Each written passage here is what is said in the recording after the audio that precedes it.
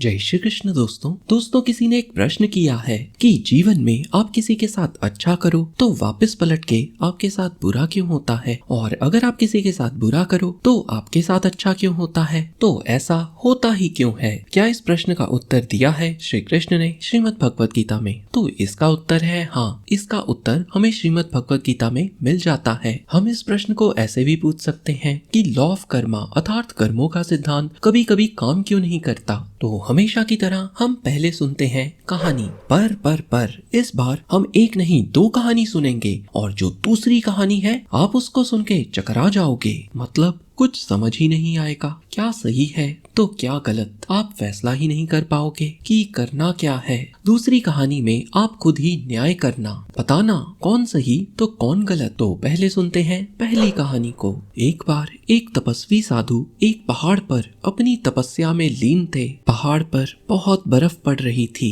लेकिन फिर भी साधु अपने तन पर काफी कम कपड़े पहने थे। एक पैर पर खड़े होकर साधु कठोर तपस्या कर रहे थे। तभी वहाँ एक व्यापारी आया। व्यापारी को पहले तो विश्वास ही नहीं हुआ कि इतनी सर्दी में कोई इतने कम कपड़ों में जीवित भी रह सकता है। व्यापारी घंटों भर तपस्वी साधु की ओर देखता रहा। वहाँ तपस्वी इस बात से बिल्कुल बेखबर था कि व्यापारी उनको देख रहा है। अब व्यापारी के मन में करुणा भाव जाग गया। व्यापारी सोचने लगा कि अगर वह तपस्वी की जगह होता तो इतनी ठंड में कब का मर गया होता। व्यापारी ने सोचा कि उसको कुछ करना चाहिए ताकि तपस्वी की तपस्या थोड़ी सरल हो सके। व्यापारी के पास जैतून का तेल था जो वो दूर देश से लेकर आया था। व्यापारी ने तपस्वी के शरीर पर जैतून का तेल मल दिया ताकि तपस्वी के शरीर में कुछ गर्मी आ सके और उसको इस ठंड से राहत मिल सके। वहीं अभी तक साधु अपनी तपस्या में इतने लीन थे कि उनको इस बात का पता ही नहीं चला कि उनके शरीर पर तेल भी मला गया है। फिर थोड़ी देर बाद तपस्वी के शरीर पर जैतून के तेल की खुशबू सूंघकर काफी चींटियां आ गईं और तपस्वी के शरीर को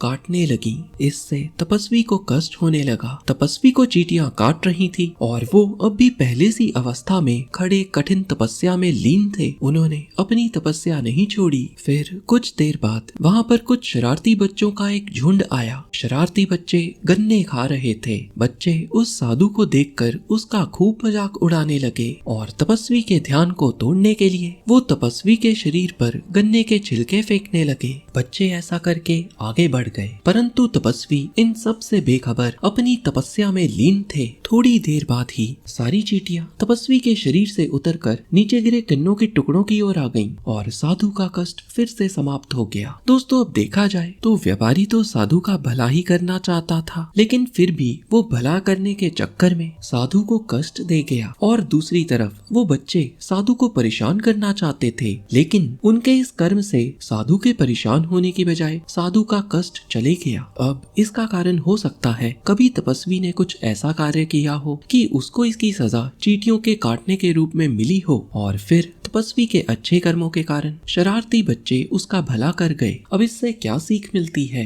ये हम बाद में जानेंगे। पहले सुनते हैं अगली कहानी। इस कहानी में कौन सही तो कौन गलत, इसका फैसला मैं आपके हाथ में छोड़ दूंगा। तो शुरू करते हैं दूसरी कहानी। 3 बड़े ही अच्छे मित्र थे। एक का नाम था भोला, जैसे नाम से ही पता चल रहा है ये सीधा साधा इंसान था। दूसरे मित्र का नाम था धनीमल। धनीमल का स्वभाव भी उसके नाम की तरह ही था, उसको बस धन से ही मतलब था। और तीसरे मित्र का नाम था दुष्टमल। दुष्टमल भी अपने नाम की तरह एक दुष्ट व्यक्ति था जो किसी भी हद तक जा सकता था। तीनों बचपन के बड़े ही अच्छे मित्र थे। इन तीनों में सबसे मेहनती और सबसे ईमानदार था भोला।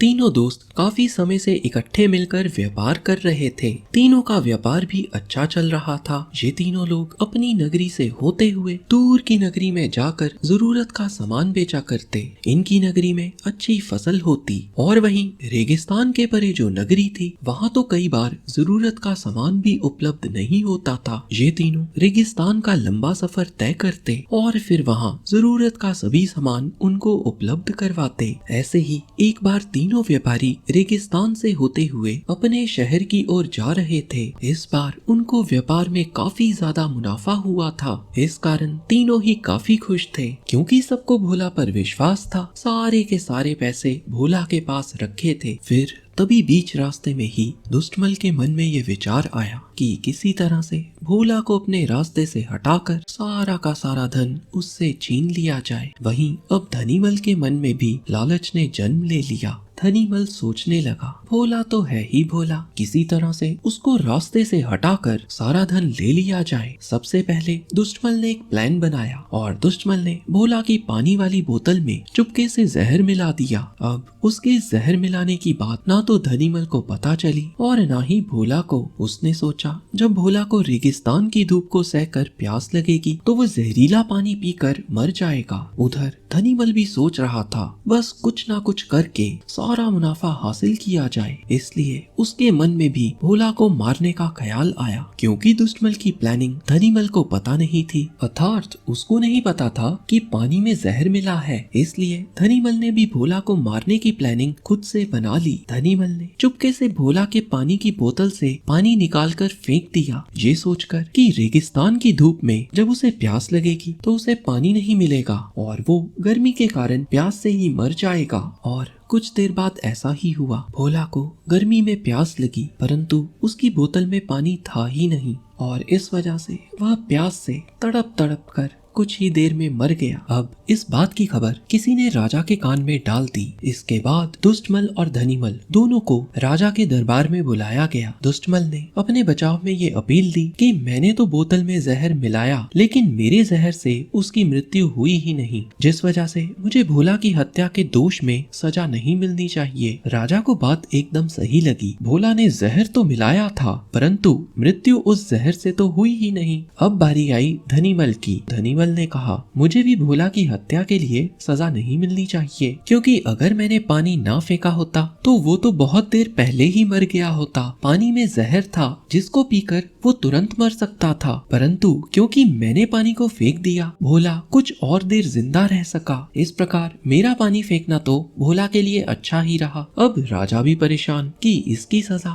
आखिर मिले तो किसको मिले, क्योंकि दोनों ही अपनी जगह बिल्कुल सही हैं। दोनों पर अटेम्प्ट टू मर्डर का केस तो चल सकता है, मर्डर का नहीं। अर्थात दोनों पर जो अपराध बनता है वो बनता है हत्या के प्रयास का, परंतु हत्या तो उन दोनों में से किसी के कारण हुई ही नहीं। वहीं दूसरी ओर एक इंसान की मृत्यु हुई तो है। अब आप खुद राजा की जगह होते तो किसको दंड देते? हत्या हुई है परंतु इसका कारण दोनों में से कोई भी नहीं। तो अब आते हैं निष्कर्ष पर। इन दोनों कहानियों में से ये तो स्पष्ट है कि कर्मों का सिद्धांत इतना सरल नहीं जितना हम सोचते हैं। श्रीमद् भगवत गीता के 4th अध्याय के 17वें श्लोक में श्री कृष्ण बताते हैं कर्म क्या है, अकर्म क्या है, विकर्म क्या है, यह ज्ञान अत्यंत सूक्ष्म है। इसलिए जीवात्मा को ठीक प्रकार से इन तीनों के विषय में ज्ञान होना चाहिए, क्योंकि कर्मों की गति बड़ी गहन है। मतलब कर्मों की गति एक कॉम्प्लेक्स सब्जेक्ट है। निसंदेह पहली कहानी में व्यापारी ने साधु के साथ अच्छा करने की मंशा से उस पर जैतून का तेल लगाया, उसको इसका अच्छा ही फल मिलेगा, चाहे साधु के साथ इसका बुरा ही हुआ। वहीं दूसरी कहानी में बेशक राजा तो दुष्टमल और धनीचंद दोनों को ही छोड़ देगा,